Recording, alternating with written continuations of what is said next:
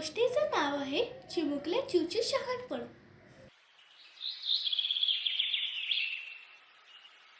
एका वेळची गोष्ट आहे. एका हिरव्यागार जंगलात एक लहानशी चुणचुणीत चिमणी राहत होती. तिचं नाव होतं चिंकी.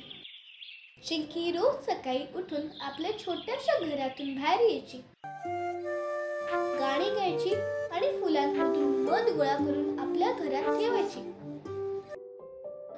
बरं का मुलांनो, काय झालं माहिती का? एके दिवशी जंगलात एक मोठा वणवा लागला. सगळे प्राणी घाबरून इकडे तिकडे पळायला लागले, पण चिंकी मात्र थांबली.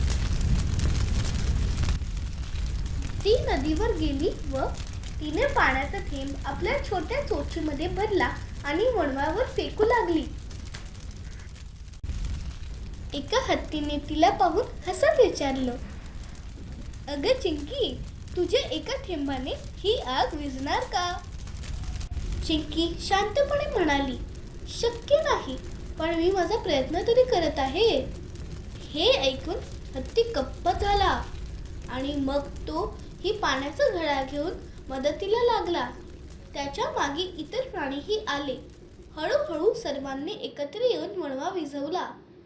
या गोष्टीची शिकवण काय आहे माहिती का तुम्हाला मुलांनो?